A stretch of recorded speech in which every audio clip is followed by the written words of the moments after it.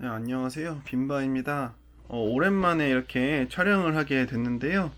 한동안 뭐 별다른 일이 있었던 건 아니고 그냥 계속 바빠서 저기 촬영을 못하게 된 것 같아요. 저희 마지막으로 올렸던 영상이 1월에 뭐지, 새해 복 많이 받으세요 하고 제가 사라졌던 것 같은데 이제 뭔가 그렇게 좀 부담 가지지 않고 이렇게 마음 편하게 일기 쓰듯이 그냥 하나씩 하나씩 영상 촬영해서 그냥 기록용으로 좀 남겨두려고 합니다. 어차피 제 유튜브를 구독하시는 분들이 그렇게 저에게 큰 기대가 있지는 않으실 것 같아가지고 그래서 주에 한 한두 개 정도 그냥 별다른 편집 없이 이렇게 올릴까 생각 중이고요. 그래도 제가 나름 올려놓은 영상들이 있어서 한번 통계를 가끔씩 보거든요. 네, 최근에 제가 그 마지막에서 두 번째로 올렸던 그 임상심리 수련생에 대한 그런 고충? 그 비슷한 내용들을 한번 올렸던 것 같은데, 그 영상이 지금 조회수가 뭐 아주 많은 정도는 아니지만 조금씩 조금씩 올라가고 있더라고요. 검색어도 이제 유입이 임상심리 쪽으로 되고 있어서, 그래서, 사람들이 좀 임상심리에 관심이 있나? 이런 생각도 들고, 아니면 그냥 임상심리 쪽에 있는 분들이 임상심리 검색어로 쳤는데 이제 별다른 게 나오는 게 없다 보니까, 제 영상을 한번 그냥 보고 가시나 이런 생각도 들었는데요. 그래서 좀 임상심리라는 게 뭔지 그냥 간단하게 한번 얘기를 해보려고 해요. 그래서 제가 그 영상에서 뭐 아마 보신 분들은 아시겠지만, 저는 지금 임상심리, 이제 수련생이라는 신분으로 저 일을 하고 있는데요. 그래서 일단 임상심리라는 게 뭔지 설명을 드리면, 쉽게 생각하면은 저희 보통 정신과에서 이제 심리평가를 하는 사람이라고 생각하시면 될 것 같아요. 아마 좀 여러 가지 직무가 있긴 한데, 우리나라에서는 주로 좀 그런 심리평가 업무를 많이 담당하고 있고, 다른 일들로는 뭐 이게 심리치료를 하기도 하고, 저희가 보통 상담이라고 얘기를 하죠.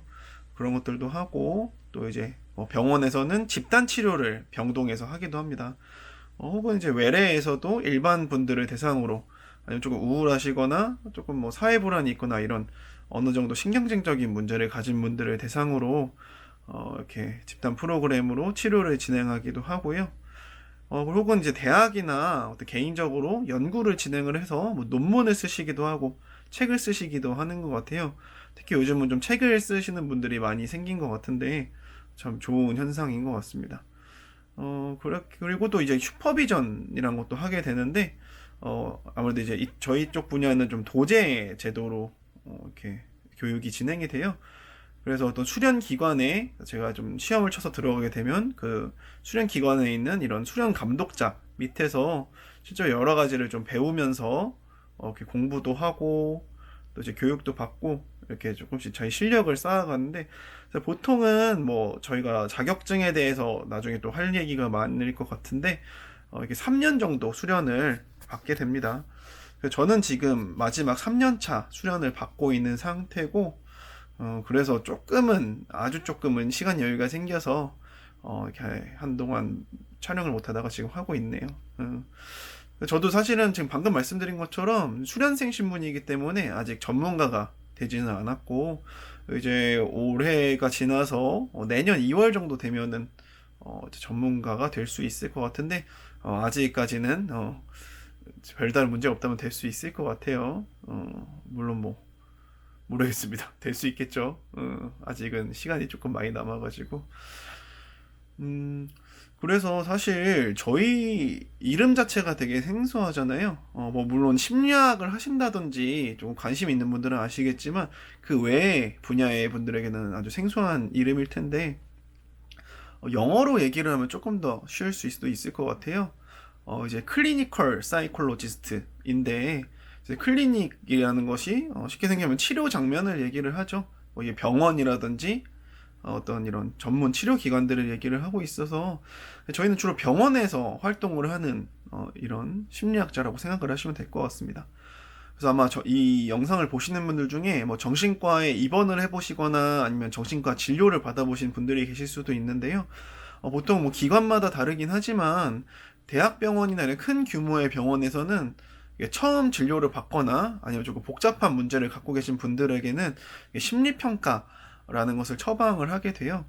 그래서 보통은 지능 검사나 뭐 기본 상태 검사 같은 것들이 같이 포함되어 있는 짧으면 3시간, 길면은 4, 5시간까지 진행이 되는 그런 이제 심리 검사를 받게 됩니다.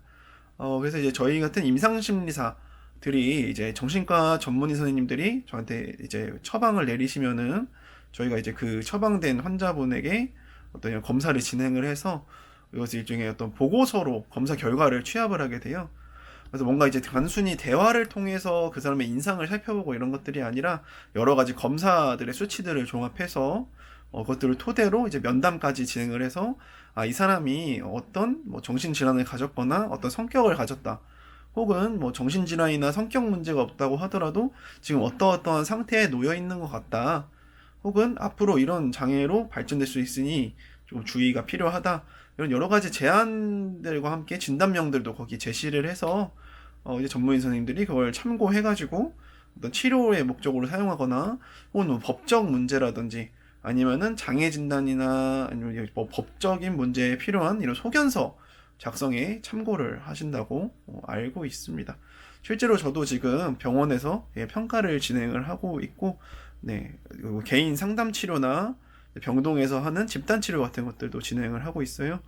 물론 이제 저는 수련생이기 때문에 조금 더 이렇게 제한적인 업무들을 하고 있는데, 실제 필드에 있는 전문가분들 같은 경우에는 뭐 주로 강의를 많이 하시는 분들도 있고, 개인 상담을 주로 하는 분들도 있고, 평가를 주로 하는 분들도 있고, 혹은 뭐 연구기관이나 국가기관에 소속이 돼서 연구를 하시는 분들도 있습니다.